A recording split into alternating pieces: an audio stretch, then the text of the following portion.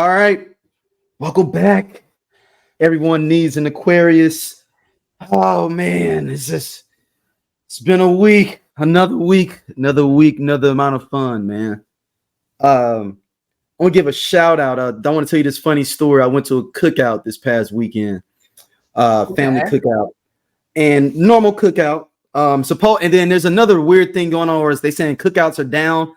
I don't even know, how do you find statistics on cookouts being down for Black people? It was an article on Baller Alert that was like, "Oh, cookouts are down, or cookouts leaving the Black family." And I responded to the person that sent it to me. It was Matt. Shout out to you, Matt. Who took statistics on that to even know that they're going down? Like, you want to know the weird thing? I feel like I saw Essence say something about something potentially very similar.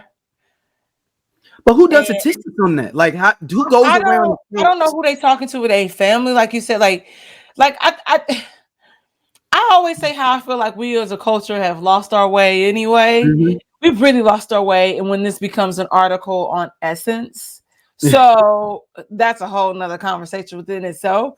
But I don't know. Like I don't know. I know how to barbecue. Like I know how to grill. You know what I mean? Like I don't. I'm just trying to figure out when it became this even being top. But anyway, so we're over there. Maybe because a lot of people are traveling now to different places. And COVID, we still recovering from COVID. You got and having a resurgence of a new strain. So not a resurgence because we just have a new strain, and where there is a surge in numbers. So I don't know. Like that's just really, really strange and weird that. So no, this is the funny thing of this cookout. So cookout's cool. One of the family members comes over. He's like, "Dude, I went to the wrong crib. I went next door. This fool that took off his shoes, went into people's crib." And he was like, "Man, I thought I was missing." He's like, "Dude, y'all got a pool and stuff." And he was like, "I was gonna get mad that y'all didn't tell me to bring my swimming trunks." He was up in the people's crib for 15, 20 minutes, getting food, got him a plate and everything. Nobody looked familiar. And that's what he was looking around. He's like, "Man, I don't know nobody here. Maybe somebody out the pool, because there's people out the pool and they pool too, though." So he was like, "Maybe it's people out there at the pool." And then he was like, "Hey, man, I think I'm at the wrong place." And they just everybody start broken up. He said he took his shoes off at the front door, like being respectful, everything. Like, damn, that's hilarious. That's hilarious. It was 2 Black families, so it was all good. So it wasn't So he was looking like, huh? Nobody here. You said Matt did this? No. It's not family member. I'm not gonna put their name out there. Okay. I was about to be like Matt. Yeah, no, I wasn't Matt. But it was still a thing of like, huh? He said he was looking around. He got up a little plate. He's like, "I'm gonna give me something to eat real quick." And then they were like, "Man, take the plate, dude. Go ahead." So he came in the door with a plate. And we were like, "Where'd you get a plate?" He's like, "Next door." He's like, "Next door?" Yeah, I kind of went over there on accident. I went to the wrong address. Hey, you know your neighbor's got a pool? Yeah, exactly. Because he was like, "Man, y'all ain't even want to let me know to bring those swim trunks that y'all got a pool." So it's just funny, man. Yo, that was. Oh, that's hilarious. That's hilarious. Damn. You know, I've been dying for some barbecue. I was talking to my dad yesterday about probably potentially getting my grill service, because I have a propane grill, and technically I ain't supposed to have a grill at all, but because you live on a deck, you live on a second floor, don't you? Mm-hmm. And you can't have grills on second floors, I think, in apartments. You're not supposed to, at least a lot of them, because of fire hazards or whatever. It's stone. It'll be all right. Yeah. But like on the first floor, it's supposed to be cool. Not my business. I need to get it serviced and figure it out with it's something with the igniter, and like that, leaving that battery sitting in there, you know how that is over time. Mm-hmm. So I'm gonna get a service because I'm gonna need barbecue consistently. Like I can't tell you the last time I had a rib. Dang. Oh, you tripping. So, yeah. And then this weekend, I don't even know why. Like I didn't even think about it. I should have hit up. I was, in Atlanta, and I should have asked Sean or like Van or whatever. I'm like, where can I get like some good barbecue around here? So we ended up meeting up at Yard House, which is a whole thing within itself. Very chaotic. Was that your first time in Atlanta in a while? No, I've never been to Atlanta. That was my first time in Atlanta. That's your first time ever in Atlanta? Yeah, it's crazy. I've been like places outside the country multiple times and never been to Atlanta. So I was like, oh my God. I was like, oh my God. This looked like, I was like, I ain't seen this many Black people since I went to the NAACP Awards. But it's like that all the time there. It was like that all the time. I was like, all these Black people. So yeah, it was cool. It was cool. I enjoyed myself. I went for a wedding, so yeah, I turned up, and I'm turning down. That's why I needed that. I mean, how was your feeling about Atlanta, like as a whole, like the energy you felt? Did you feel like, oh yeah, I could live here, or it was like, oh okay? It kind of felt similar to St. Louis, because like, and to a certain degree, you know, just that's not. I saw more niggas than whites. Yeah, but it's still crazy because like statistically, I still feel like it's like white people just they're like pocketed off in like one like in the area. Yeah, it's money in Atlanta. Mm-hmm. St. Louis too is like that, where you can not see the white people if you don't want to in St. Louis. I feel like no matter how hard I try, I do. Oh, but I'm talking about if you live on the north side and you just live on the north side, you could go without seeing nobody. No more the way that gentrification been going. Oh no! It's a couple of them hopping up in pockets, but I'm saying traditionally, you could go in the north side and not see nobody, and even on the west side too, right? Off of Goodfellow and stuff, it ain't no way. No, nigga, I was at home over Christmas and motherfuckers was outside, and I'm like, off of Goodfellow and Union? Yes, I'm talking the north part, not the Central West End part. No, like you know where my mom lived in that area too. Yes. Wow. I'm like, listen, I told you I knew something was up when y'all got bike lanes on motherfucking Union. Yeah, that's true. I'm like, why are there bike lanes on Union? I'm sorry, I didn't mean to yell. I don't have my hearing aids in. You good.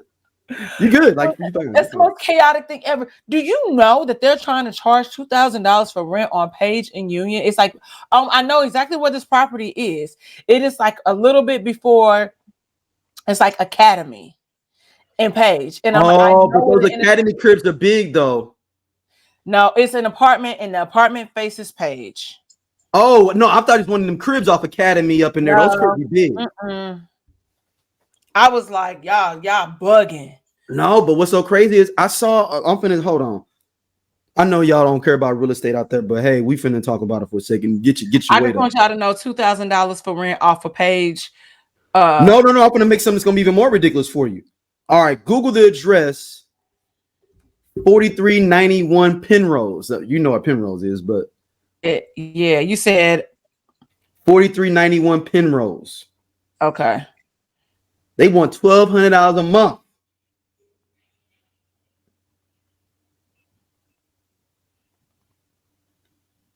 And I've heard people say that's not bad for that crib. And I was like, dang, the inflation is going up for real. 1,000 square feet. Because I signed it to her thing. I said, why did that pull up as my friend? Oh, see, it's saying it's sold. Right. No. But they're renting it. The person that owns it's trying to rent it for $1,200. This doesn't I'm just giving you the specs to how it looks. Yeah, I'm like, show me the pictures, because it's like what I'm seeing is no photos. Because okay, realtor showed me the front of the house. Yeah, there you go. That's all I needed you to see. $1,200 a month. But then I'm hearing people today was like, man, that's actually not bad. That's probably about market rate now. I'm like, damn. For a 4-bedroom in the hood. Why that's absurd is because the estimated value of the home is only $44,000. That part. But they claim that this redone is rehabbed on the inside. That's what I wanted to see. They don't have no pictures of it though. I always hated these little houses, like how that look. Mm-hmm. It looked like a shack. It's people that's not even from her Googling this address trying to figure out. Right. All right, another person out, and we may have to have a revisionist history on this man at some point. Marques Houston. We can't play the Can We Talk because he remake Can We Talk from Tevin Campbell. I'm not saying that someone can't remake it because the group Wayne Moore has been remaking people's stuff and it sounds beautiful. Wanye's Sons. They did Tevin Campbell's other joint. It's super dope. Oh man, just want to be alone. Okay, listen, and it sounds super dope. Okay, I'm gonna say this. I think there are certain songs that should never be cleared to be sampled, revised, anything redone. Tevin Campbell's Can We Talk is one of those joints. No, I think somebody could redo it, but you can't be the same age as the motherfucking doing it. That's my thing. No, and the reason why, like if there's a younger dude that has some good vocals, like someone like Kevin Ross. Kevin Ross can sing his ass off, and he would give it justice. I really love Kevin Ross. Okay, because Long's song Away. Yeah, and his cover of Prototype is fun. That's what I'm saying. Why? Okay, okay. The song is 30-some years old, Dom. I don't care. There's certain we was remaking songs. Sweet Thing doesn't Mary J. Blige remade Sweet Thing for Shaka Khan. Everything. I'm gonna say something kind of controversial. Okay, go with and it really shouldn't be. Every song doesn't need a cover. Every song doesn't need a remake, and I'm just gonna stick to that. No. I'm with you. I'm just saying that Tevin Campbell's version is not. Are you giving me pushback? I'm not giving you pushback. I'm just saying that it can't. I'm saying that he can't sing. This version is horrible. I'm not saying that someone can't do it. If it was like Wanye's kids or like someone like they've been doing people justice with theirs. They've shown the edification that it should justice to. That song should ever be touched, mainly because of just like the vocal arrangement alone. Like I just saw a clip literally probably 15 minutes before we recorded where Tevin Campbell talks about how apparently Can We Talk was supposed to be for Usher. Yeah. And so he goes through them. He's like, I guess L.A. Reid said it in the book. And then people was like tagging me in a post where Usher said that. And I was just like, He even said, yeah, that's cool and all, but that's my song. Babyface wanted me to do it. That's my song. I can't even hear Usher at that age, him being younger, just call me a Mac era, even performing that song. That song is so iconic. No, that wouldn't have been just Call Me a Mac era. That would be all the Think of You and stuff on that second album. Just the plain Usher album. It'd been that self-titled Usher album, the second one. No, I thought the first album. I thought that was. Oh no, that'd be the first. It would be the first album. Just Call Me a Mac was on the soundtrack but I'm saying that was still that same era where he was young because the second album is My Way. Right, it's the first album, the Usher self-titled Usher album. What Can You Get With It and all that on there? So that's Usher's first album. That is still, for me, I feel like that's still a range of when Usher still. No, Just Call Me a Mac sound like a girl. He sounds like a girl on there to me. On Just Call Me a Mac. Some of them other songs he still sound like a girl because he talks about how. So Usher also talks about why it took so long for My Way to come out because his voice went through puberty, and so they could not he was cracking and all this stuff. So they really had to work with him. That's why it was a huge delay with Usher's My Way coming out. So Just Call Me a Mac is, let me just get the year. I just want 93 is that. When does Can We Talk come out? I think it's 94, 95. Still same era. This is what I mean, like that age range. No, it's 93. It's the same year, 93. That's what I was like, now I know when that came out, it is definitely that era. I was gonna let you have it. You was debating me last week, and I think sometimes you just need to let me. No, because right. Not all the time. No, but I'm fine with being wrong. Let's look it up. I'm fine with it. I'm like, trust me, I play the song too much. On a weekly basis, like that's how much I love that song, and that song is such a huge part of my life. And I could be biased, but that vocal arrangement, the layering, Babyface background vocals, no. So Marques Houston even performing, trying to touch this song, looking like Genuine, how Genuine be dancing now, like it's just weird. We have to have a discussion here at some point about Marques Houston. We go. I feel like that is very fair to have a conversation about Marques Houston. Marques Houston doesn't have any good music left in him. Marques Houston, you're 40-something years old talking about can we talk? No, motherfucker, can you pay some goddamn bills and date a woman your age? Well, more on that later with another topic. It's just like, okay. It's weirdo behavior, man. I'm sorry. And am I going to sit up here and say that I never purchased a Marques Houston album? That would be a lie. I have never purchased the immature Marques Houston album. Okay, that's fair. I have songs, but yeah, and also, but you were not the target audience. I would have thought I was the target audience. You know, let me shut up. Let me shut up, because ultimately it's just not good. And then you give us some media. He didn't even try. It's so mediocre. The beat sucked. Like, I don't understand. This is what I mean when like leave things alone. Like, who owns the rights to this? Because why was this cleared? No.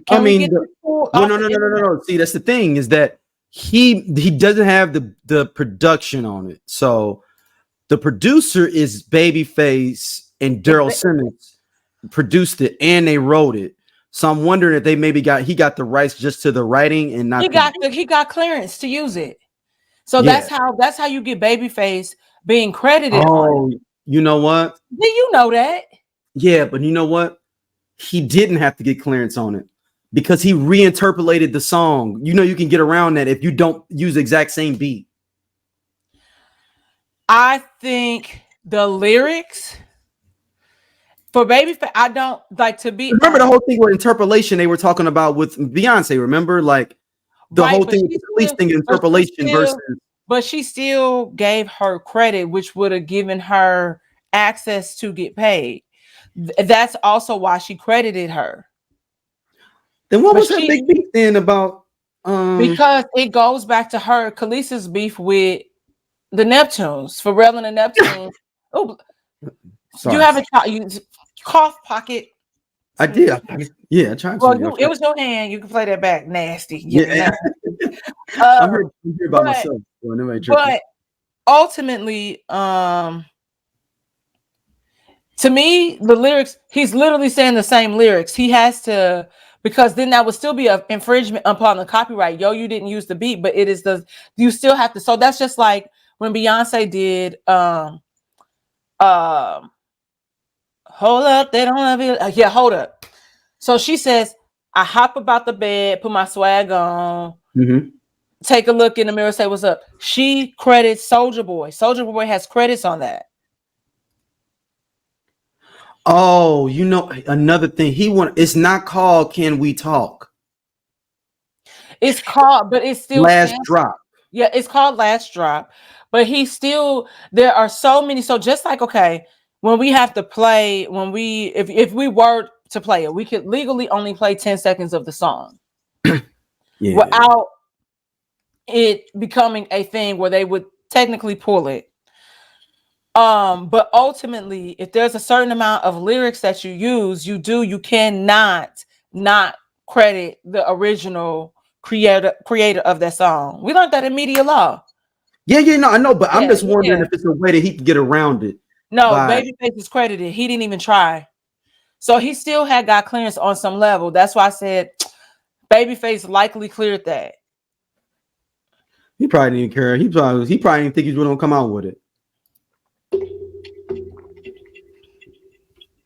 I need Tevin to say something. See, yeah, but the lyrics are totally different in a lot of this stuff. Like the first verse is homie, lover, friend, down to the last drop. It's the chorus. It's the chorus. Okay, so he had to get clearance. He had to get clearance for that, permission to use that. And he probably, Babyface probably didn't even thinking about nothing about it. He didn't even think nothing about it. But and he cool Marques Houston, it's all good. Because Babyface knew, he was like, this isn't that great, but you know what you could do with the internet gonna eat you up anyway. Right. It's more like the internet's gonna be eat him up anyway, because he talks. Yeah, I'll be like, he's sure he gonna even come out with this. Yeah, he probably like he ain't gonna come out with it. I wonder how much he paid to use it, because I feel like for Can We Talk, you had to have paid some money. You know that them No, Tubi that's he was really coming out with it. He probably was like, man, take that for free. You ain't nah, come them out with Tubi it. checks they be cashing out on them Tubi movies. But it's just weird. Like I kind of want to just like let y'all hear like a little. Yeah, they've been ripping stuff. They've been ripping stuff. I'm talking about ripping it apart. They've been talking about they don't even care about the 10 seconds no more. The machine feel any part and it's automatically snatching now. Because now they trying to you know that thing I sent you up where you can subscribe, like it's like a membership. They want you to get that. Yeah. So we would have to do that, but you know, y'all can and then he trying to sing in the rain and then go away. Go home, Roger. Oh, yeah, I'm just not I just love Can We Talk so much. It is such an iconic song. You know what I mean? So I just go do something else. So I want to set you up with this, Dom, as we transition. Okay. Think about if you would join a church, and their pastor wife passed away a couple of years ago. He's 63. Okay. And he decides to get married to a 19-year-old woman at your church. And I'm just gonna play a little bit of his sermon talking about people being upset at him about that. Okay. You're gonna see a picture of them as well. But don't let the devil fool you now. And I wish some of y'all would mess with my wife, Jordan. Talking about what you gonna do if you see her. Well, you will see me on the news. Let me just tell you that right now. Not the king's in the back. Talking about what you gonna do if you see her. You better walk by and say, praise the Lord. That's what you better do.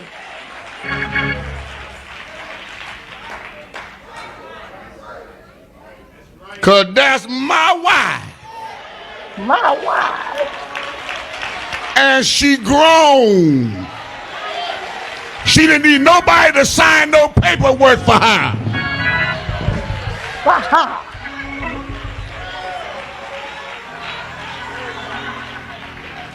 Now, if this was out in the streets, y'all be saying she made a come up. But you a hypocrite.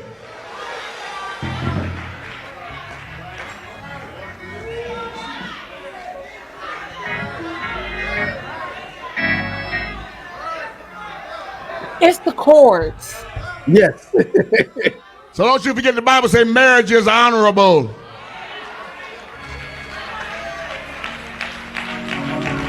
And the Bible said when you find the wife, honey, you find favor with God, honey. I found some favor with God. Did you say some flavor with God? Favor. Oh, okay. Favor with God. And we sleeping good at night. Ain't nobody up all night worrying about all these crooks. Just please stop. Stop it. All right. Now, for y'all that can't see that are not visual or listening on audio or just looking down and you driving, you listening, the little girl looks like his granddaughter, not his daughter, maybe his great granddaughter. If you saw the picture of that young lady, she's sleeping good. Now, I'm gonna give his brother's name out. I'm gonna do some deep dives because I actually went to school in this area. This is Bishop Dwight Reed. He's in Des Moines, which is 30-40 minutes from my undergrad university, and I still know people in Des Moines. So I will be on the case on this to find out what's the deal with this Bishop Reed. But you're nasty, my nigga. I'm sorry. You're nasty, my nigga. As Raven would say, you're nasty. Yeah, like, no, I'm sorry, man. And you could be of a man of the cloth and all that shit too. Nigga, you nasty. He said he known her since she was 14 too. That was a whole nother article. Is that okay? Well, if you talk to Marques Houston, it's okay as well. So that's where the segue comes in. Listen. Just saying. I'm just saying they kind of flowing over each other now. They kind of flowing. These are back to back. Y'all gonna say, "Oh, well, Dom, you date people that Nope, age." that's not the same thing. I was 19 dating 60-year-old man, right? I'm in my 30s doing things like that. I'm grown. I can make, ascertain. You can't even drink yet, B. She just was able to buy cigarettes. Yeah. Hold on, Dom. Watch this. Check this out. Hold on. This is her. This is them on his Instagram. That literally looks like his granddaughter. Right. If I showed you that, you're like, oh man, that's dope. To pass the granddaughter, man. That's dope. Now, let me read the little caption here. That was a call for it in 2002. Right, but it resurfaced because it's resurfaced and it resurfaced because he did a sermon about her recently because people was talking about him. Okay, so they've been together since 2002. So yep, is she 22? I'm sorry. Is she 20 now? I mean, 21 now? 19, she was 19 in 2022. So he got married to her at 19. So she's 21. Now she can buy liquor, sort of. Yeah. Or close to it. If her birthday hasn't come yet, if it's at the end of the year. Highly inappropriate. This is what we talk about when it comes to grooming, women being manipulated. She's clearly what can we talk about? I'm talking about like for real, like what, like for real. Like, she doesn't have a sound mind. Her frontal lobe isn't fully developed. Like when we talk about the, people and, the things regarding being an adult and what it requires to be an adult. So I'm just very confused. Like, you are absolutely correct. What do we have to talk about? I'm going to assume she's not in college. And then the thing is that she didn't need no paperwork to sign. Like that's a prerequisite. She don't need no paperwork. It was her decision to wed this guy, this man. And so, he's right. In the streets, they probably would say, oh, it's a come up, but we would also say, this is very disgusting. We will also say that in the street, just like they're saying in the church, this is highly inappropriate. And I don't think we talk about the clergy enough and how a lot of times they do things and create realms and spaces for them to benefit off of. Like, these are things when we say there are problems in the church. This is where there are problems in the church. And we have to realize these people are just human beings, just like the rest of us. And that shit needs to be checked at the fucking door. You know what I mean? Like, there's no business. There's no reason this 60-something-year-old man should have a 21-year-old wife. That's absurd. You want to know what I was doing at that age? Getting ready to graduate college and move to Los Angeles. I was about to break up with my boyfriend of 5 years. I might stayed a little longer than I should have. But once I touched down in LA and got that LA air in my lungs, I was like, it's over and done. Sinking emotion. But I think this is wild. This is wild to me. And where are your parents? And this is another thing that we don't talk about. Say, man, it's insufficient daddying, man. This is she come from a group home? No, she's a part. This Pentecostal, and I'm not trying to shit on no Pentecostal people if I say this, but that Pentecostal shit, that's these are those same Pentecostals or some of those same people that's throwing down their fraternity letters and shit right now. That's that in that same kind of vein that we in with all this sketchy shit. That's all this. Anybody's got evangelist in front of their name. He a bishop, but I guarantee you he ain't got no degrees, but he calls himself a bishop. But I bet you he ain't went to another. Let me look it up before I start talking seminary, about him. school. I'm gonna look him up real quick. Okay, so I'm not Greek. And I meant to hit up my homeboy about this because what is going on with that? Like, people that have crossed and they are denouncing their letters. People have been denouncing their letters for years, though, Dom. That's not nothing new, but it's a thing of now. So, all right, so there's a deeper things with it when you talk about that with religion. there's people that don't understand what it is with the fraternity and sorority within that, the confines of that on just a general basis. Okay. But then there's also an angle that somebody put me up on game with, that there's some white evangelical shit that's trying to infiltrate blackness.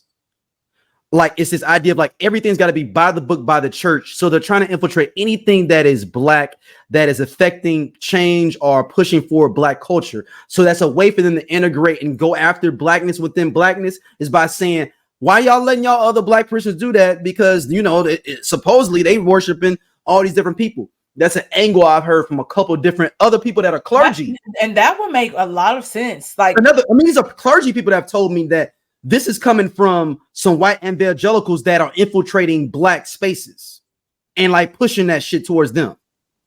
Because they were saying that it was some girls that like just recently crossed like this spring line. Yeah, at Delta at Howard. Yeah, and then within a matter of weeks, they denounced it. So it was like this whole thing where it was like there was somebody that really wanted to be there, and you took somebody's spot to turn around and do this, like literally after you crossed. And so I'm wondering if there's like what like they could do to protect their chapters when they are going up for what do they call before they put you online? Mm-hmm. Like when they scout you, like mm-hmm. The preliminary period.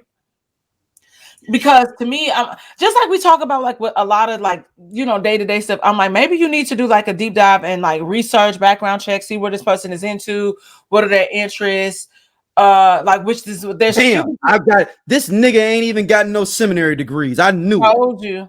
I knew it. I knew it. Mess. That's a mess. How are you? I knew it. I knew it. Ain't went to no divinity school, no education on none of this shit. Just you supposed to believe in him. We got time, man. We got time. We got time. You want to go there? Let's go. All right. So I have a huge problem with that in a lot of things that we do in church in general. And my cousin and I had this. The I Only Listen to 90s Music podcast is a show for 80s babies who were 90s kids. If you were a No Limit soldier, then this is your show. If you believe that Cash Money is not an army but was a Navy, this is the show for you. If you and your friends ever tried to sing a song written by Escape, In Vogue, Shy, or Boyz II Men at a talent show during middle school, this is your show. The I Only Listen to 90s Music podcast is a bunch of 80s babies talking about all the songs and things that we loved when we were kids and teenagers. So if you went to the skating rink and you were at a lock-in, this is the show for you. If you think that Tevin Campbell was the original Prince of R&B, this is the show for you. If you don't understand the conflict between Monica and Brandy, but you're kind of on Monica's side and understand why Brandy got punched, this is the show for you. Make sure that you tune in, subscribe, click the little subscribe link. We're here. We're going to talk about all things 90s music. This is the show for you. Actually, this conversation over the weekend. And I believe that this is what we talk about, like the manipulation. You in a pulpit, you shouldn't even be in a pulpit preaching the word of anything. You could be a deacon. You could be on the board of trustees. You should have been to divinity school. But you should have that should be a requirement. And that there's all of that, all of it. Because there's no way that I'm getting, and not to say that doesn't make you not worthy of the cloth and that you can't preach. But if you call to serve, that means you call to get an education as well. It's just like going like saying, yo, I want to be a nurse, and like, oh, and we want to pay you and give you tithes and tithe your church. And I'm supposed to just be like, oh, well, God called you to be a nurse. Let me just trust you on that. Right. It is the same exact thing. And I think we don't realize that, like we said, in those spaces, we put so many people up on a pedestal, clergy included. We talk about celebrities all the time here. And I said it the other day, like, these are regular ass people Some people can just be terrible ass people. This person is a fool, and I can't even call him an educated fool because he ain't even really educated. So with that being said, I think that it's time to revise like the rules and regulations and what houses the church, because we talk about people. Just look at Hillsong. Yeah. And Carl Lentz went to school, which Yeah. okay, sidebar, y'all. This is an amazing documentary about Hillsong. Yeah, it's on Hulu. Well, I think that Carl Lentz is about to go back into the vestibule. Really? And actually, the vestibule is outside of the church. I mean, outside the sanctuary. But I think he's going back into the pulpit based on a post that I saw yesterday. Oh wow! So I don't know. But even so this guy took over his dad's church. You say what? He took over his dad's church. His dad was Bishop Jeremiah Reed, and he took over his. So he became a bishop just because his dad passed and he took it over. I can't believe they just let him do it. Didn't even see. Okay, this is why it's like certain rules and regulations that have to be put in place in church. And I'm not saying that my church that I grew up in. Oh my God, Dom, hold on. It gets worse. No, it's just the thing of like give a happy birthday on their Instagram. Go to CAT Des Moines, DESMOINS. And it's a thing on there. Give a happy birthday. Des Moines. It look like Des Moines. Yeah, but it's Des Moines. I know. But it's like a thing of like say happy birthday. It's a happy birthday post to the first lady. And it's just like it looks like a little girl. Okay, what's the page name? You said C. It's CAT Des Moines, DESMOINES. So it's happy Mother's Day, First Lady Jordan Reed, and you're like Mother's Day, like you had a kid already? Bye, y'all. You see what I'm talking about? It looked like you look like it should be like graduation or something. Like a senior photo, like her senior picture. Yes.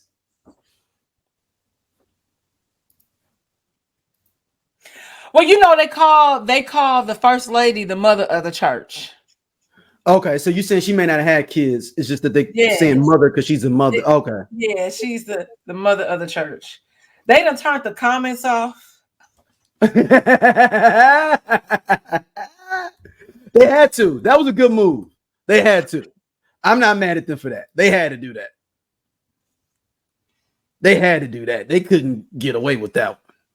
Like, I'm just trying to look up and try to find out. Like this looks like it's, and then it says Happy Heavenly Mother's Day to his wife, his former wife that transitioned. Yes, but it's his third wife. Keep in mind, I just read that it's his third wife.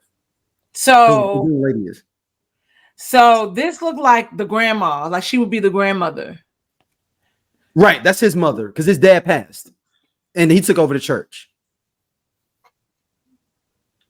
This isn't his wife that passed away? That's his mama? That's his mama. Oh, that's wild. Yeah, so if you hold on. So oh no, they do have a baby. They showing them baptizing them. If you go to CAT Des Moines, November 15, 2023. They showing their happy anniversary and showing them like christening their baby.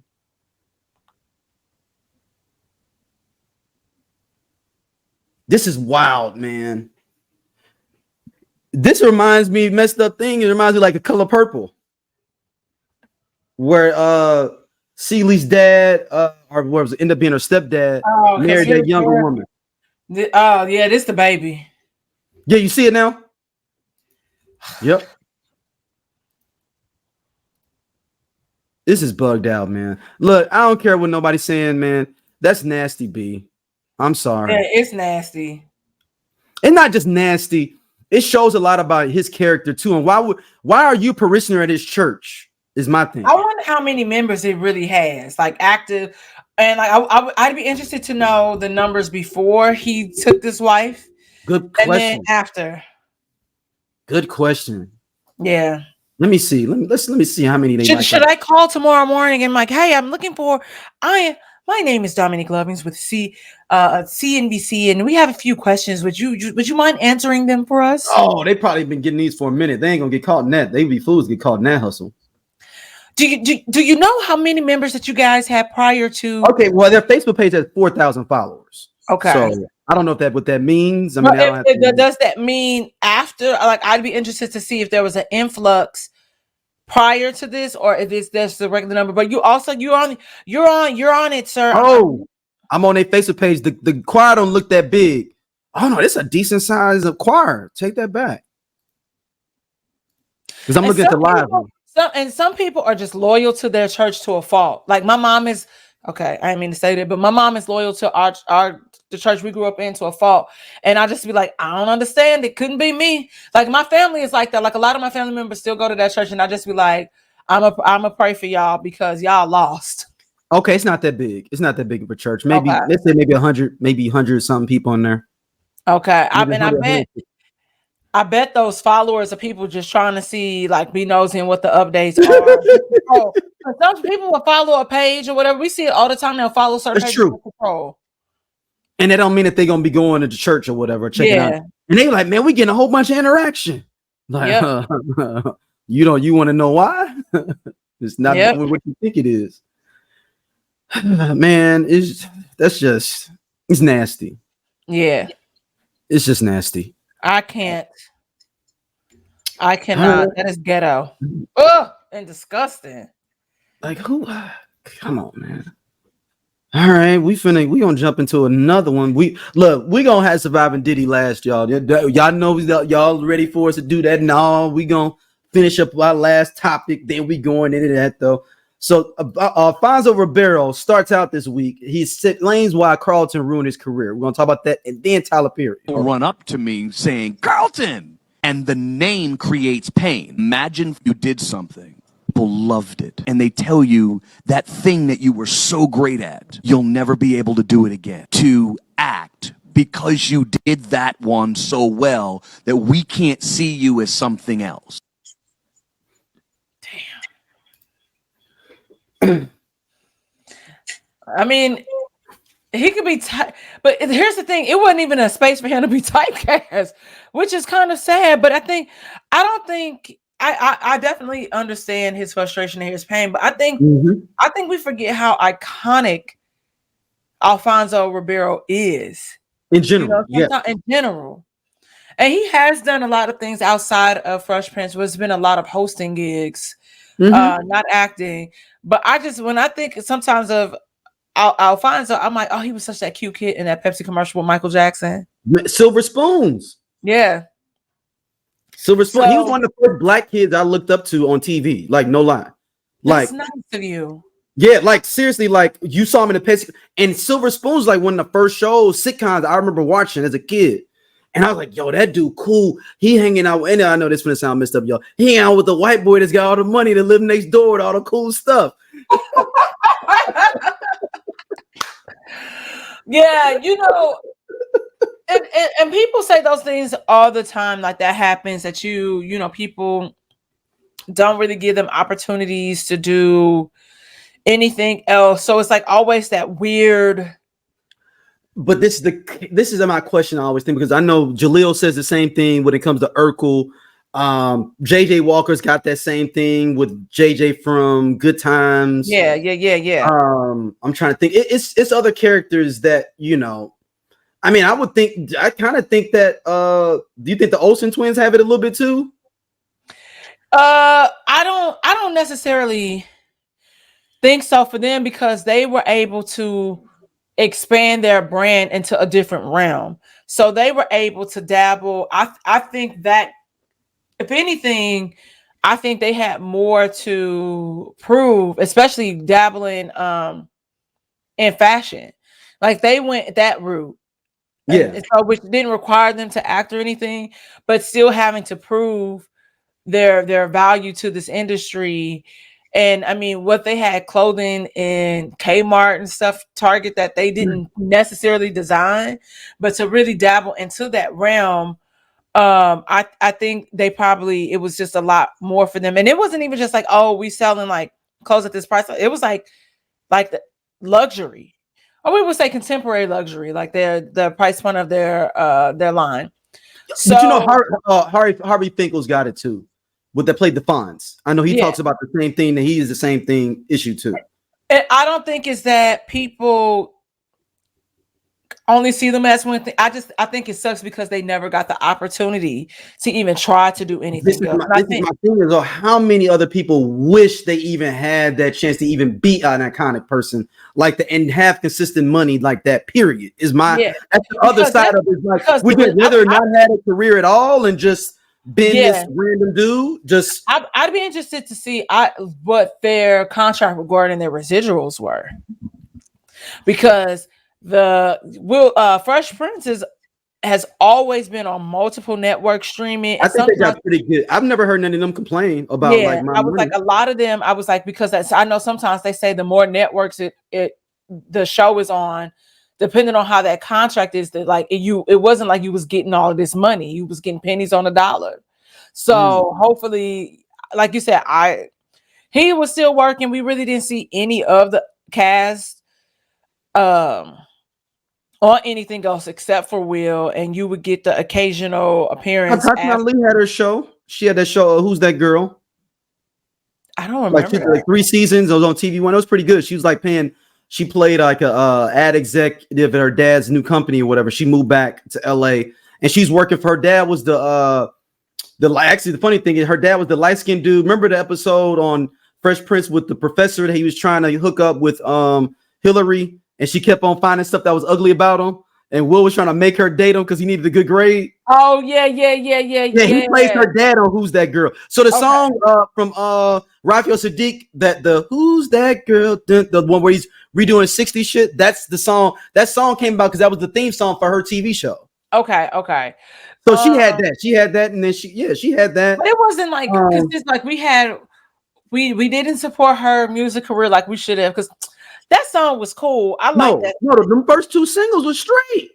I'm like, I enjoyed her vocally, but I'm not saying consistently. We're just starting to see Aunt Viv again, dark skinned Aunt Viv. The light skinned Joy-Ann Reid is married to Tim Reid. Right, so she was been acting forever before that. She was acting before that, and then they had their own production company, so they do a lot of producing. Because she also talks about on that reunion how she initially was offered that role and she turned it down.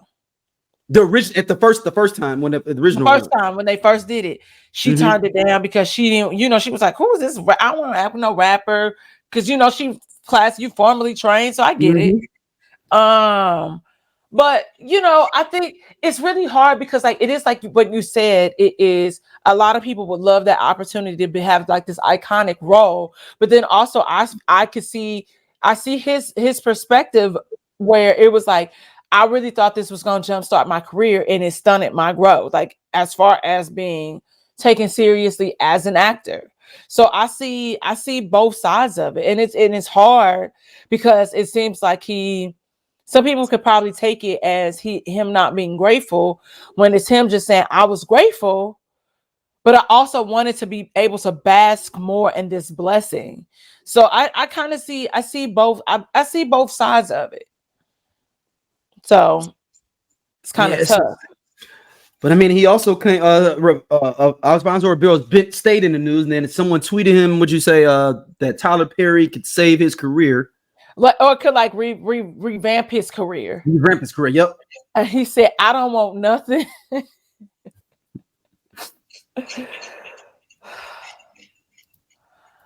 I don't want nothing from that man. And it was like, I don't want to be near that man. I want nothing to do with this man. He can't do nothing. He can't do nothing for me. I'm good. It is what that tweet said. Now, this is something I'm looking at here just to make sure. But he directed 8 episodes of Meet the Browns. And Alfonso? Another one of shows. Alfonso? Yeah. So that means how it came across. No, it's because it's something that they got some beef internally. Has Yeah, nothing that's what to I do was like. It came with him across being like Tyler Perry. it immediately to me when I read that, it came across like smoke. Like he don't want this smoke. Like I want to fight. Like I got smoke for Tyler Perry.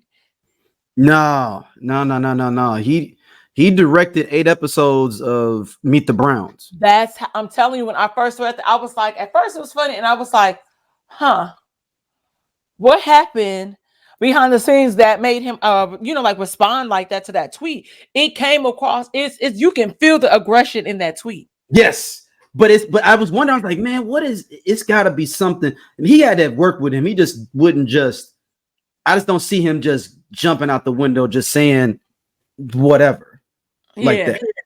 Yeah, he episode those 12. Actually, I went to maybe it's 12 episodes of Meet the Browns. Yeah, so it maybe a check didn't clear, maybe he was shortchanged on something. Yeah, so it has nothing to so y'all people, getting into y'all panties in a bunch. It's not a shade thing. It's more of a thing of like they got some kind of issues amongst each other. For business sure. or production stuff that has nothing to do with anything. So and that yep, and sometimes and before people, I implore people to not, because I feel like people always want to jump to the one thing about Tyler Perry that people always say, which I'm not gonna say here, but sometimes people don't like how people run their business. Yeah, and though it's 12 episodes, something clearly happened after that, and maybe it was supposed to be something else, and that ended up like that deal fell apart. I could see that smoke that being warranted for that, but I don't think it's what other people think it is. Yeah, and that's what you have to make sure you kind of let me pull that curtain back a little bit and see where we at here, Yeah, and that it's a lot of not, things. It's a lot of things that happen in Hollywood that people don't understand, because a lot of people just see the glitz and the glam, and they don't realize that Hollywood is a corporation. It's corporate. It's its own machine, just like all these other companies or whatever. And that's when we was talking about DEI, and a lot of companies or corporations doing away with that sector of their companies. Hollywood just did the same thing, and they're still doing the same thing, and they are though. Yeah, they are. Nobody's talking about it. And I was like, somebody will talk about this in a documentary or a film one day when there is that conversation surrounding what has happened, what happened with 2020 on top of the pandemic and the Black Lives Matter movement and what all these corporations and companies did. It's a hard time for people of color right now. Like a lot of these brands are not reaching out to, they wasn't paying them fair anyway, from the beginning. Are not reaching out to, like Black creators and all this stuff. And so, everybody's just trying to take what they can get, because things are starting to look different for a lot of these, brands. So it sucks. Like and then especially post writer strike, that was the writer strike to me was all a ploy, because the thing that a lot of people don't know is a lot of these studios were able to get out of a lot of deals because of the writer strike, where they didn't have to pay people. I didn't talk about it there enough. Yeah, and so it had to go on, and we talked about it here, for a minimum of a certain amount of days in order to dissolve those contracts where they don't get penalized, where they still don't have to pay out. So it's just really sad. And and I know a lot of people feel discouraged. I have a lot of friends that are writers and stuff in Hollywood, and feeling very discouraged and pessimistic right now. And I just, like the great song says, I just say, be encouraged no matter what's going on, and it'll be all right. It'll be all right. And I think people have to, I think there'll be a surge in content that will ultimately go on platforms like YouTube. Potentially people pitching things to Tubi and other, and though Tubi is like a sector of Fox, but we see that it's a lot of Black people being able to get their products out there. So, just hold on, you can make it. Yeah, Don't you worry about a thing. Yeah, don't worry. Look. Hold on, change is coming. You know. Yeah, and I think hopefully somebody sees that with Alfonso and allow them to maybe create something for him to where he can really, pop out there and try something different. I would love to see him in some stuff, especially now that he grown. Like they 50s, late 40s, 50s. Yeah. That would be really dope to see him kind of in a different role. And not to be funny, I'm surprised. I would love for him because they had Ashley, Tatiana Ali hop in on the no Bel Air. Yeah, because she played the teacher right at the school. Yeah, and so I would like to see more blasts from the past on that show too. That would be a lot of fun. But before we move on, I can't let Alfonso Ribeiro get out of here. Hey, listen, don't with me, because there's some hot white out here Hey, Alfonso. Now, I got to say, listen, I have been known to some white girls in my lifetime. Yeah! Come on, Alfonso, okay, now I have spent my life on some TMZ. Yes. And every time you see me in a club, guess who I walk out with? Who? A lovely blonde white chick. Yeah. Just like fucking OJ. Every motherfucking time. I think you full of shit, motherfucker. And I can take you better when I take a home or the mold. Come on now. I take a break, I break a now. Come on. Every time I wanna leave, every time I wanna think I'm in a house, I make a break a now. Come on. I hate you. I just wanted to just keep everything level. You're gonna do that because we was showing him support, but you know what? I forgot he said this. I just want to level set for everybody if we could, let it all be out there, All right, this look at God. I think he just probably didn't have no game. He probably had no game or name and never really. I mean, you gotta think about it. He's been them child stars is hard and shit too, man. Like it's so many different levels to it. He been popping since he like 6, 7, 8 years old. You know what I mean? Like, I mean, I'm not mad at you, Alfonso, for that, but it's just you didn't have to go out there and split the scene out of it. He's and that's how. Yes, and while we all may not necessarily care about the performative thing that he just did because it's kind of coonish. Yes, he didn't bash Black women. He didn't in the process. So that's what you like, boo. Yeah. All right, this is something here, Dom. I need to get your opinion on this. Me having a daughter, I got 7, 8 years before this goes down, but this prom here. The shade of your eyes. Something simple, but fabulous too. Leave it up to me. What a beautiful prom gown this will be. Bippity-bop, bippity-bop, bippity-boppity.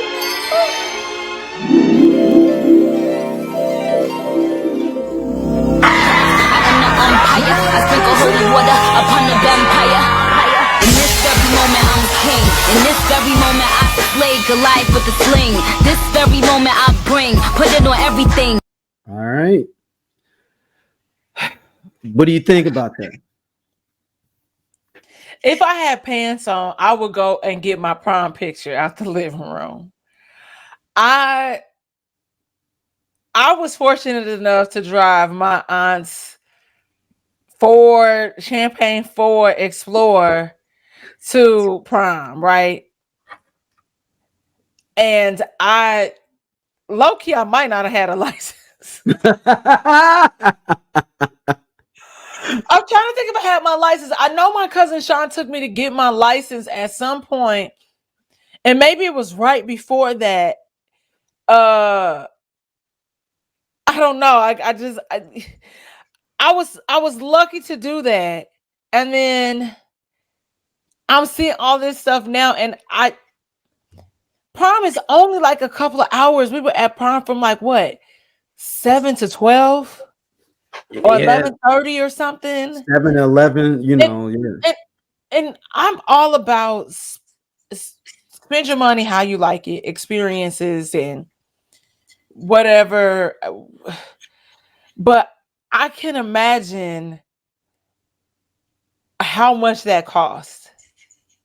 Like that has to be a minimum of like $10K. Because you got flowers, you have the screen open, the backdrop, and you know, and they probably got a lot of stuff potentially on Amazon. But I don't think that they had an event planner, all those things. 10 grand, you can get married for 10 grand. Would it be like the Right. no? And I was like, will it be like the most fabulous wedding? Depending on how you shop and spend that, it might not be, and it might be this small intimate ceremony, and you can do a lot with 10 grand for a ceremony. You know, like for So this is in Philly, y'all. This is in Philly. This is in Philadelphia. But I'm that's wow. That's a lot. And I'm gonna tell my like even when like you see what people are paying to get their dresses made, and I think that is dope. And you give somebody an opportunity, and but also there are a lot of people taking advantage of people. But that's geez Louise. Like that's a lot. And I mean, she looks beautiful, and oh my god, the color the champagne looks very beautiful on her chocolate skin. Beautiful girl, beautiful gown, everything. In the words of Aretha Franklin, but that's just wow. I mean, and she won. You won, girl. You won. I mean, this is extravagant, but I like this better than them other ones. Where I do like it better. You be in the middle of the projects and you got all this extra stuff going on. Like, you know, I at least like that. It was tasteful. It was a fully put on production. You know, did you see the one where the girl was doing, or was the Beyonce with the Beyonce girls with her and they walking out the project thing? Yes. But it's all expensive and stuff. And I'm like, and I get it, man. It's like, I don't like talking bad about anyone in a lower economic situation because, yo, you got to try to find your happiness any way you can. Not get that. Yeah. Yep. But on the other side, it's like, Jesus, take the wheel. No, it's like there's got to be a middle ground, right? Like you overextending yourself for your child's prom, but they're not going to college. They're not going to do anything, maybe educational, or they're not like. It's not, they haven't given themselves worth to be able, and I'm not saying just because you have to have worth to be able to go to prom, but for instance, I know what you're trying to say. Like I'm gonna give you an okay, yes. I'm gonna give you an example. So one of my friends, his daughter got pregnant by a dude on the football team, and this is the dude's second kid, and he just graduated high school. They both are graduating high school, right? But my thing was, and he's still going to prom. That was my number one thing. Is like, how you going to prom, little dude? You got 2 kids before you graduated. That's what I'm saying. No, so I don't know the background of these kids, but you understand what I'm saying? Like, take it offline. Do you understand what I'm saying? I understand what you're saying. I want to ask no more questions about your homeboy. We're gonna yeah. that offline. Yeah. But I'm just saying that I'll give you the more details we talk off. But I'm just saying, like, the idea that you haven't shown your availability or worth to go to prom, my dude. You haven't shown any responsibility. I so many. Why should I reward you? Yeah, no, it's no, for sure. But that's what I was saying. You know, like if like I know one of the girls who they kind of had like a reception before she went to prom. Mm-hmm. It was like the pink and the black one or whatever, and it was like a whole setup, and it looked like a wedding reception. But the mom said that she had maintained like great grades, like all throughout high school. She was going to college, all these things. So that was her rewarding her. So I get that. That makes perfect sense. But like you said, also these events cost a lot of money. And some of them, you know, I don't know if I could even being able to have access to things. I don't know if I would. I'm like, girl, can't I just give you the money? Like, you're going to college. You're going to need that money for college. We can have like a dope party. We're in a space or whatever. Maybe do something before prom or after, like the next day or whatever, or that following weekend. Like for your graduate. why you want to hang out with all these adults and people seeing you anyway? I'm trying to get away from y'all as soon as possible. Why are we doing all this stuff? I think it was weird because like it's a thing like where everybody comes over to people's houses. I was never big on stuff like that. Like I think my mom's actually it's funny. My aunt, like my mom's best friend that I call aunt, came over to the house and saw me off for prom. I'm gonna show y'all the picture because my cousin texted to me. Because she went through some stuff like when their grandmother. I'm gonna show you how ignorant I was for prom. I rented a Sebring drop top. My mom helped me out getting it. I pull up to my date house. I'm popping that. I'm bumping that Rough Riders. Rough Riders by you one y'all. That's how old I am. That juvenile drag on down bottom. Oh, and I'm pulling up in the drop top. Little miss. Hold up. And I'm like, hey, yo, let Liz know I'm a player out here. You know, I'm leaning on the whip. Mess. Doing my thing with the music still bumping. Music still bumping. Because I had to have my own little, it was my own little soundtrack. You know, for my date. You a mess. I am cracking up because you are a mess. You are a mess. So this was me on my prom night. Okay, it's my. You know, the iPhone just does weird things sometimes. But I also don't have a lot of space on my phone, so it's just been acting janky. So this, I don't know if y'all can see this. Yep, I can see. We can see it. This is me prom night 2005. And I was like, oh wow, this is crazy. I had a collarbone. I still kind of got it. I need to.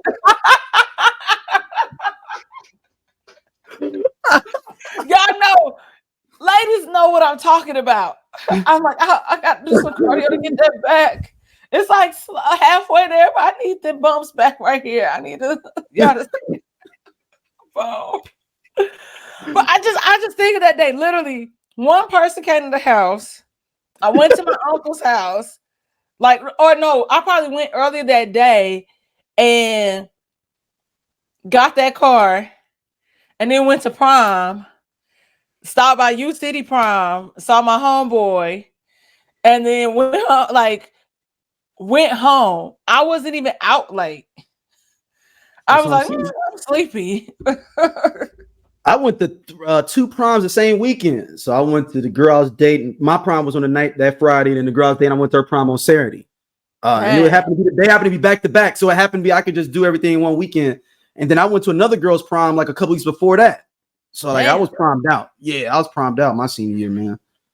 I was renting nigga. I was renting nigga my senior year.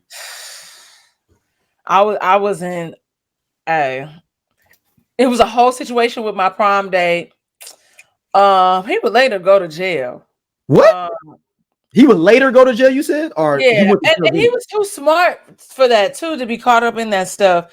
My friend sent me this article because I'll have to send you the article. But he out now. Is he doing all right now? Is he straight? He doing all right. He doing all right. Just, niggas getting caught up in nigga shit. So yeah, but he out now. But he was playing around when it came to rent his tux, and so he was like a year older than me, and but so he was already in college. He was going to the community college, whatever, and had a good job. And then I was like, "Yo, did you get your suit?" And he was like, he had given me the money to buy the tickets and all that stuff. He kept playing with me. I was like, I don't do well when I need my questions answered, just so we were on the same page. I told you what color my dress was, blah, blah, blah, blah. You ain't got to match it perfectly, but just make sure we look good. Baby, I took his $50 and went and got my nails done. So I was like, you don't have to come. Don't worry about it. I was like, he already gave me the money for my ticket, so I'm good. So yeah. It could be for both y'all ticket or just your ticket. He gave me $100 to get both our tickets. It was $50. Oh, so you had 50 to take care of your ticket, and then an extra 50 to go get your nails done. Yep. All right, somebody else that may need to be going to jail.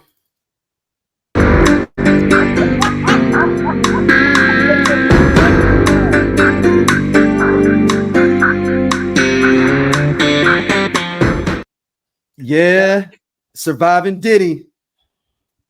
I need to apologize to Don. We are on. There's been 18 Surviving Diddy's overall because we've had different segments, but official ones. This was that last one we did was officially number 8, and I said 5. So I need to apologize to Don first off for that. She did say it was more. It is 8. It was 8. That was the 8th one. The last one we did.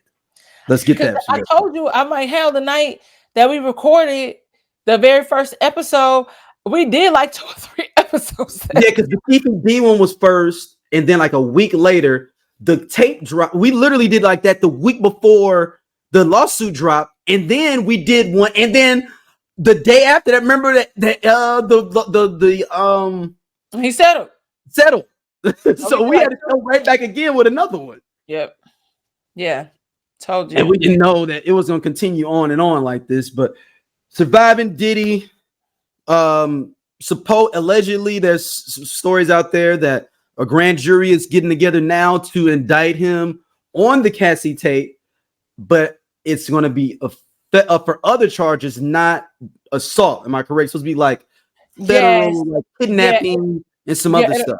Yes, it will be the things that we talk about with the sex trafficking and all of that. So it is just like a grand jury will sit down and listen to the testimony and evidence against Diddy in federal court. As I said 2 weeks ago, he can still be charged for his assault on Cassie and others. His accuser will have to testify in front of the jury. Diddy has a lot of victims and lawsuits against him. Each individual will be subpoenaed. So, because it technically won't be, I think there's like a little bit of misconception out there. I want people to understand, like, he technically cannot be tried regarding the Cassie situation because the statute of limitations. But the kidnapping can't. Like, you could technically say she was getting kidnapped in that point. Yeah. Like, so and the trafficking, I don't know. So it would technically not be for the assault, but it would be for the other instances that are there. Yes, you are correct. So,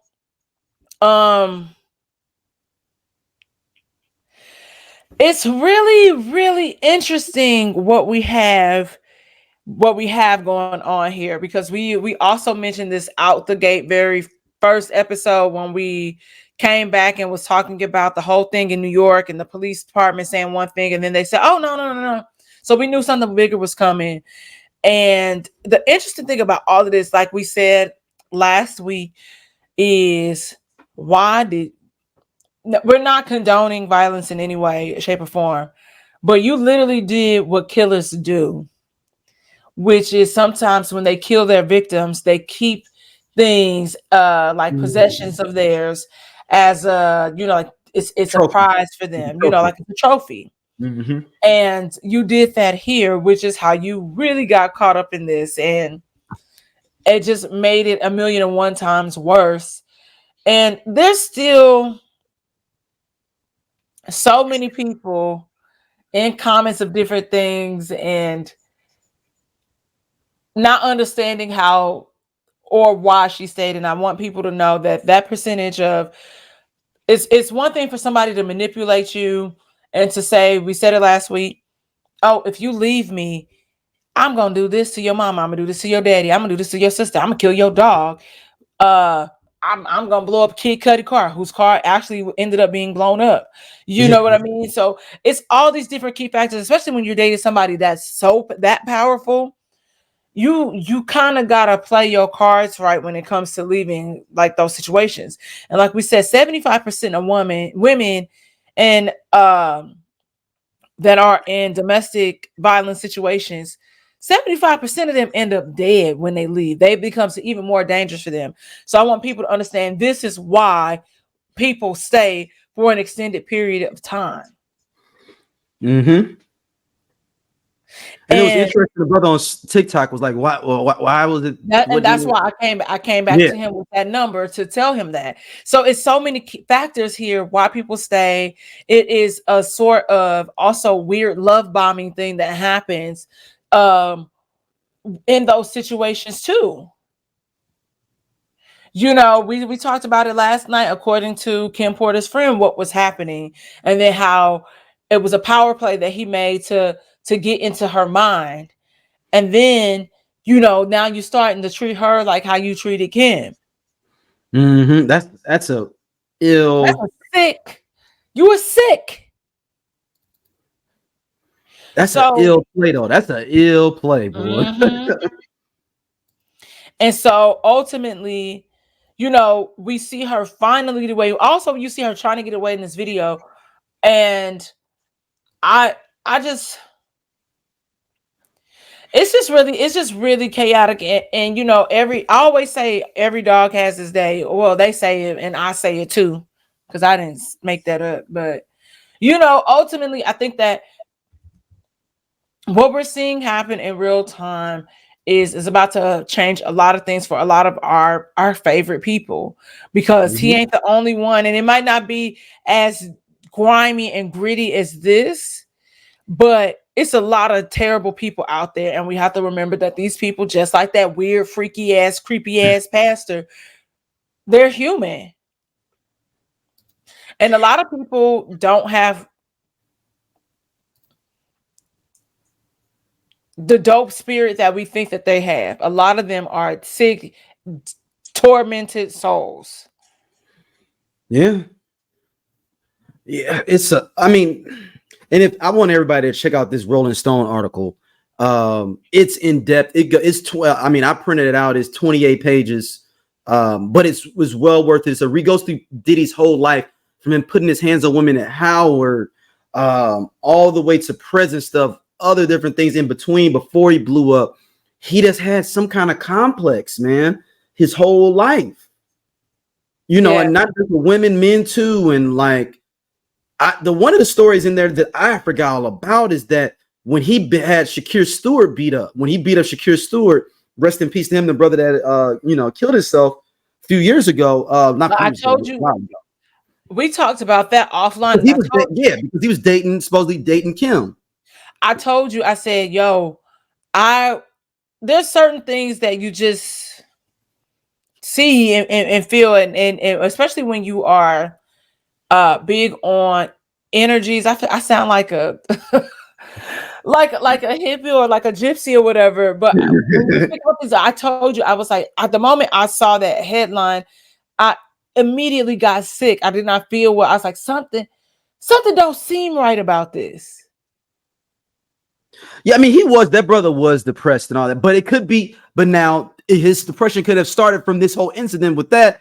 And all the different things going on. Like, dude, I can't get nothing going on. I got Diddy and these people beating me up and bloodying me up. And that just went on his mental strain. So I'm not saying that. I'm just saying a lot of things Diddy has to do is indirectly. Once again, like, you can't. And depending on how bad they beat him, and it was bad, sometimes stuff like that will rewire you. Yeah.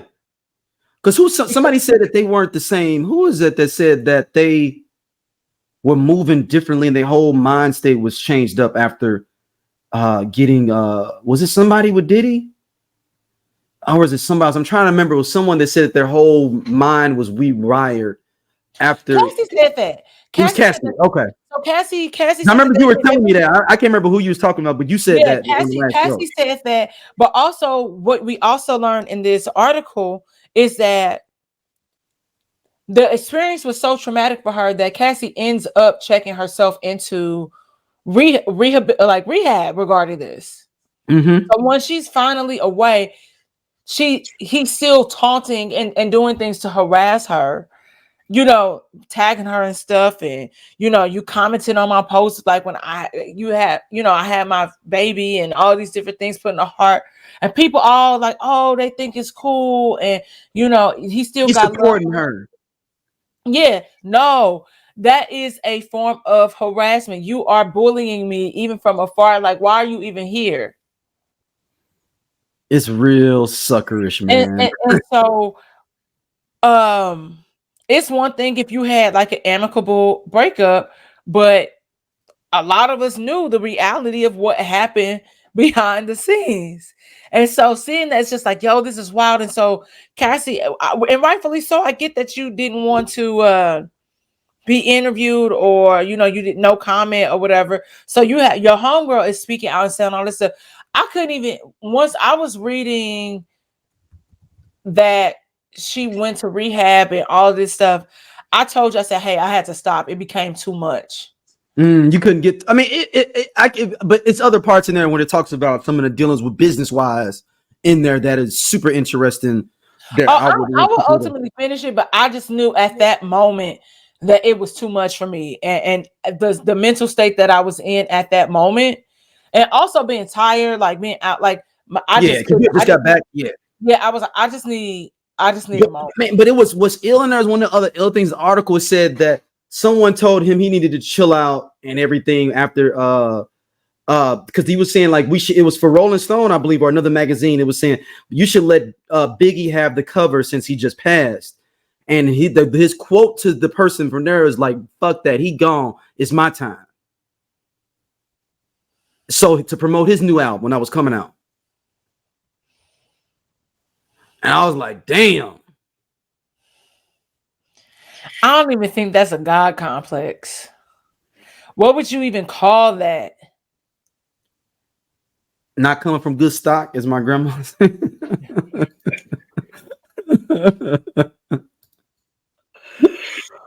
Yes, yeah, and it's really,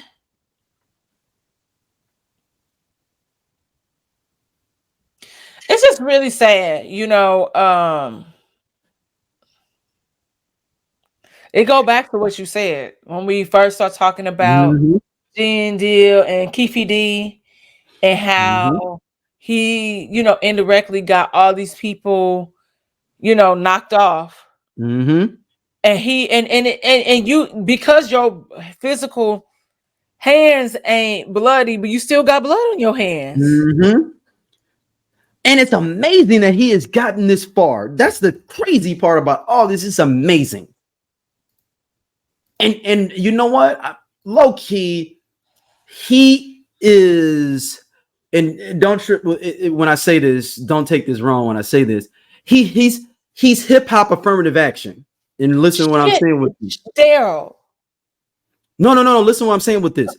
White people that thought, like, because they talk about in the article how he was trying to be bigger and move up upperly mobile within, like, Upper East Side New York society, like basically how he moved up. But think about this. You want kind of more black. These white people that are coming into the space are into hip hop a little bit. Oh, this guy Diddy, he's kind of cool and polished. Why don't we let him in? He gets into that system and he's now the black cool friend. And we got the hip hop mogul that owns Bad Boy, Biggie's guy. He's got all this other stuff going on, Sean John and all of these other different things. And now he's able to move up. And he ain't the hood. I'm not saying the hood didn't fuck with him, but he didn't have to be relevant to us as much because now he's up in this society. If that makes sense. What? Daryl, 2 weeks ago or 3 weeks ago, what did I say? I'm trying to remember. What did you say? You was hip hop affirmative action? No. This is why I said this case is bigger than Jeffrey Epstein and Harvey Weinstein. Yeah, okay, yeah, because now he's up in those upper extra groups. He in the white upper rooms because it didn't make sense. I said because Puffy was able to navigate. He didn't do anything different than Kanye West. As far as business plays, right? Yeah. He made very calculated plays, except Kanye West ain't out here beating up women and people and that we know of. But at this point, no. I feel like by now we would have heard something. We know the Kardashians would have loved to rock. We just heard he was very quirky, and we knew for the longest time that he was likely autistic or had Asperger's or something. You know what I mean? But I really, that's why I said that this is going to be a bigger deal, a bigger situation than that, because he was able to toggle back and forth between both realms. Because like you said, he was the polished black friend. He was the black friend, and he was bridging gaps. He was just street enough. He wasn't corny either in there. Yeah. He's just street enough. Yeah. that you can, and then because he might be like, I'm gonna take you up to Harlem and hang out, and then you got some of these guys hanging out and riding through Harlem for a second, like, oh my God, Diddy had me up in Harlem. Yeah, he took me to meet Dapper Dan. Yeah, I got Dapper Dan Gucci. Yes, you know what I mean. So that's what I'm saying. Like, so he was able because of that. That's why it's a bigger play, because for us, it wasn't like Harvey Weinstein and them. Like some of their victims, at least for Harvey, were black, but for Jeffrey, definitely not. Like it was young. Jeffrey, they was totally, but he wasn't really dabbling in our realm. Like they could say, oh, we got this log of people that use his plane, or they might have went to his island, which don't necessarily mean that people was out there doing illegal activities. It was just like, you got this spot where I could post up, just like the dude from Virgin where Mariah Carey would go and post up. You know what I mean? She would just hide away for a minute. Yeah, I'm just trying to kick it. Like I don't want no drama, ain't no paparazzi here. I can really let go and be myself. So because like I said, like he was hobnobbing with like elite people. You with the Clintons, you with the Obamas, you with, Doja, they sleep. Yeah, we part of Just Posted Podcast, man. The best show on this network. Come on, check, girl. Seriously, man. Just Posted. It's just me and Doja sitting back talking about what the fuck going on in the world and the streets. We said labor of love. He said labor of love. I ain't say that shit. Shout out to everybody coming to watch though, man. We really appreciate y'all. Holla at y'all later. Hey man, this nigga just tall for no reason. I'm gone. And he do regular jobs. Don't forget that.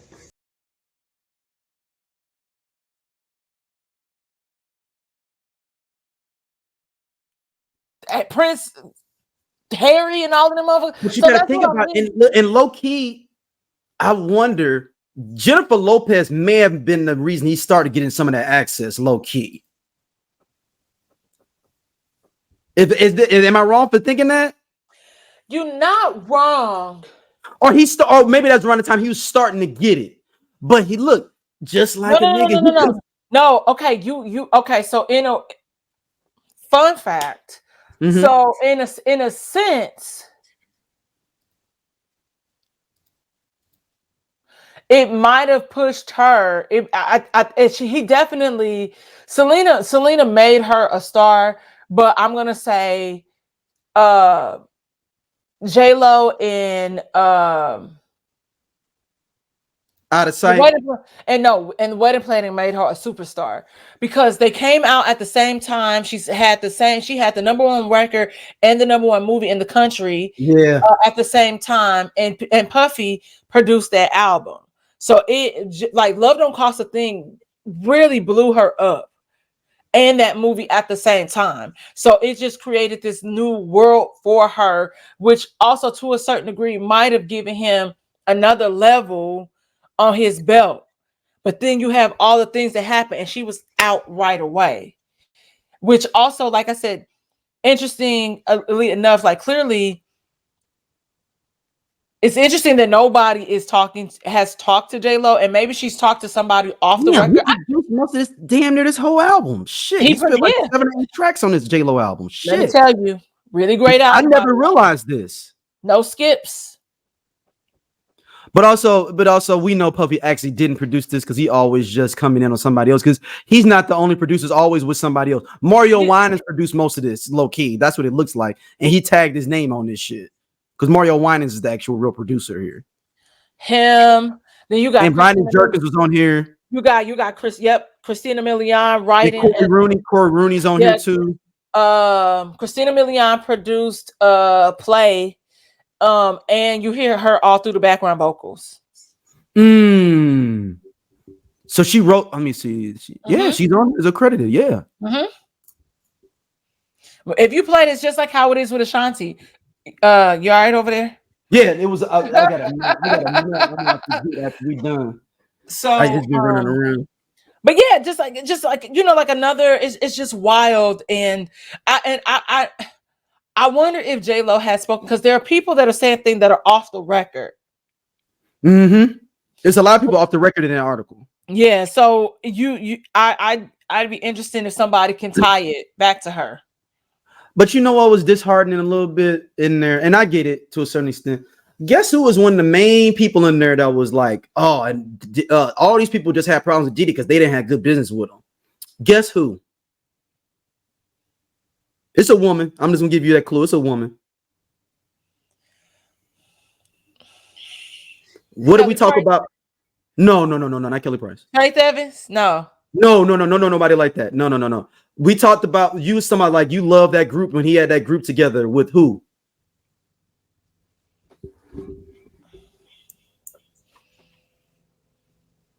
Not the one from Danny Kane, no.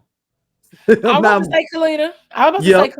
Yeah, she's quoted in there saying like it's just a lot of people that's just bitter that they didn't get their business right with Diddy. He was always good to me. That's her quote in that Rolling Stone article.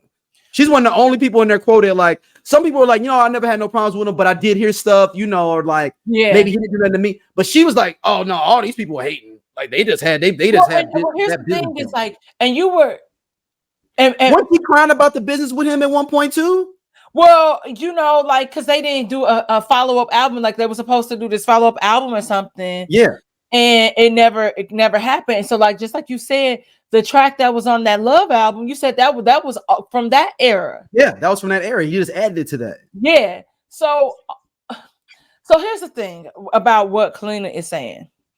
Bitch, don't you think in hindsight, because of the history that he's had with people and shitting on them regarding business, you got the opportunity to come in and really negotiate based on things that you knew. You didn't go in blindly. It wasn't like you never knew who this person was, or it wasn't a conversation. Mm-hmm.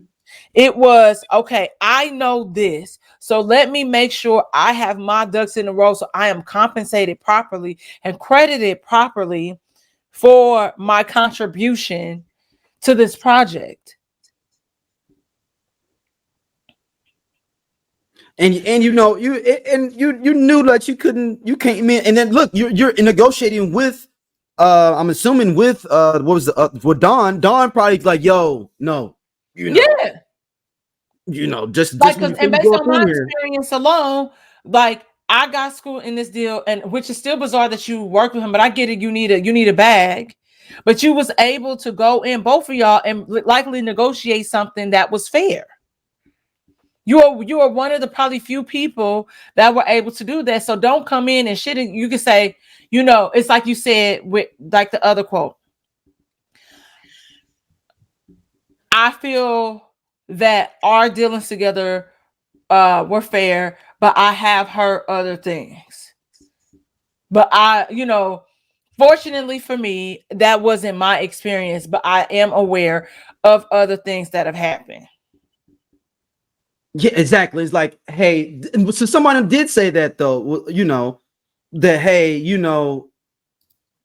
was, that wasn't my experiences, and I don't know what everyone else went through, but I can't speak someone else's situations. That's that simple thing just to say. You don't have to go in and being like, oh, well, it's bitter people that didn't have their business right. To me, that's what it seems like to me. And I'm like, oh. Yeah, ma'am. It's giving, and I get it. But also, okay, you could just say, I can't speak on everybody else's experience because I can't necessarily relate to it. That is also very valid and fair. Mm-hmm. Without you shitting talk about your experience. Yeah, I'm like, without shitting on other people. I always say that to you. I say, hey, I don't know. I don't talk about certain things that I don't understand because I can't relate to it. It's and some people, weird. But you just try to do a weird one up on somebody, and it's just you still look crazy as hell because you ain't put out no solo project. We saw you on Love and Hip Hop, where you was also at one point being shady to like Rashida and them. And was like cracking jokes about Rashida, and you supposed to be friends with her, and y'all end up falling out. So like you're fucking weird. Like, don't do that. Yeah, because I'm looking at here now. What I mean, besides Dirty Money, I'm looking at even other stuff she's featured on, and they're not big singles. Yeah, you might write something. Even the writing ones, like I'm looking at even some of the writing ones, I don't see none that I know that were like big songs. Okay. Angels. I mean, she wrote Angels, but that's with Dirty Money. That was on Dirty Money. Like 2 Dirty Money songs I see, but then some of them aren't even. Yeah, Peanut Butter and Jelly, Christina Milian. Do you remember that song? No. Yeah, see, and that was your time period, 04, to be like in the middle of the game with that. That's not that peanut butter jelly time. Peanut butter. Nope, that's something else. No, that's oh man. Batman Scoop. No. No. It's another man. It's like it's about a Buck Wild Boys. The Buckwheat Boys. Peanut Butter Jelly Time is 2001. That came out in 01. It's called about a Buckwheat. It's just like a little one of those dance track people that kind of flip up the songs. You know what I'm saying? Like they're not even yeah, it's an internet flash anime. Yeah, it was a big deal. Peanut Butter Jelly Time. Yeah, I don't know. Like, it's just really weird. It's just really weird when people do things like that. I just never understand it. And it's just like, you can say no comment or just say, it's very unfortunate. What's the cape for? You can just say, I don't want to talk about it. Even if you did want to feel like all these cats just trying to get money on him or something like that, you could have just kept that. Also, it's like there's enough concrete evidence outside of that video. The video is just an added layer to it. It's enough concrete evidence for them to get the feds involved, a grand jury involved, to now you subpoenaing people. Just say that wasn't my experience with him, and it's very unfortunate. It's very unfortunate to hear what's happening, just because that that wasn't my experience. Mm-hmm. And the truth, we talk about that all the time. Somebody can treat you like shit and treat me amazing. They can they could coexist. Both of them can be right. Yeah, they both can be right. That's weird. But no, everybody go check out the Rolling Stone article. I definitely will finish it. And also, y'all, like, we gonna trying to find that video. I saw it online on Facebook where it shows him breaking up how crazy he's talking to Danny Kane when he broke them up. He was talking to them like, I was trying to find the video. I saw it on Facebook and I meant to save it, but I didn't. And it's showing like the little 2 minutes, and he was like, "Oh, so you think that she cool? You going to?" Like, damn. Like, that's how you breaking up a group? Yeah. And they're multi-platinum. This ain't no they ain't I'm not trying to shit on no groups. I ain't gonna say that. I'm just saying they're multi-platinum group, man. Yeah. He treated them like shit. And I'm like, and that was on reality TV. So I mean, like, I wonder if that was one take. And then that's just what it was. I see what you're saying. That it kind of went around. Because okay, so I'm gonna say this, and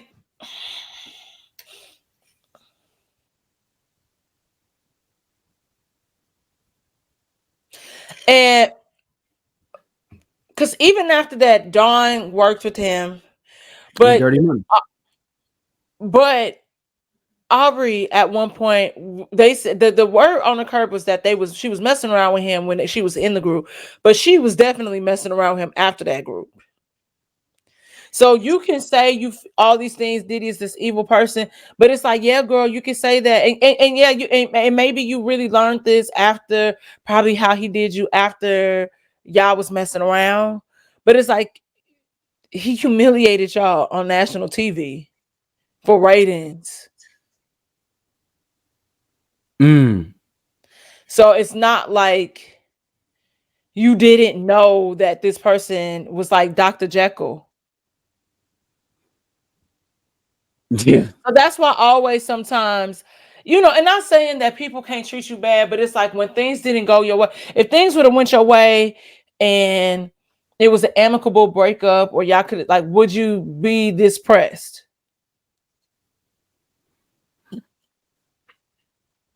That's and not saying and not trying to justify. That's not me justifying anything that he has done to her or anybody, but those are valid questions. It's like you were still messing with him after the fact. Was it that you were hoping to get like a solo deal? Yeah. You know, like no shade. It wasn't like you were the best singer in Danny Decay. Not at all. And that's no shade in me saying that. And that's and yeah. So I just sometimes we do have to consider the source. But and she has been very vocal about things for a long time.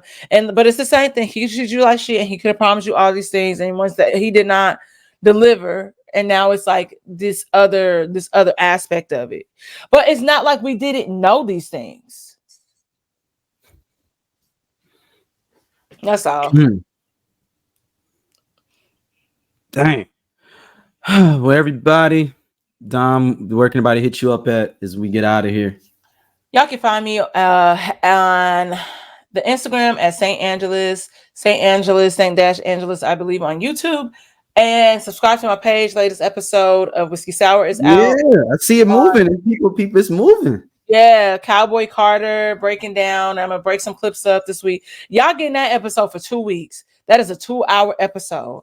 I'll be back with a refresher next week. Okay. No, that's and they don't know how long it took you to get there. Yeah, y'all don't even want to know the drama editing this hoe. Having to leave all this stuff. I got all the. There's nothing like it does. I just want y'all to know I put my blood, sweat, and tears into that. They'll try to help me with some stuff. The program didn't work, so then I figured out. I was like, let me just wipe everything off my MacBook. I still don't understand. I don't have anything on here, and it's not working. So I'm gonna have to make an appointment at the Genghis bar because it don't make sense. But now I got to figure it out, at least for certain parts, like just have it go to my hard drive, my external hard drive or whatever. And that's a terabyte. That's it. Y'all got it. It's out there. Love on that episode, man. A weed to reap, as they say. Just suck it all in. It's all good. She'll be back soon with some more stuff. Yeah. But we'll be back soon, y'all. Peace.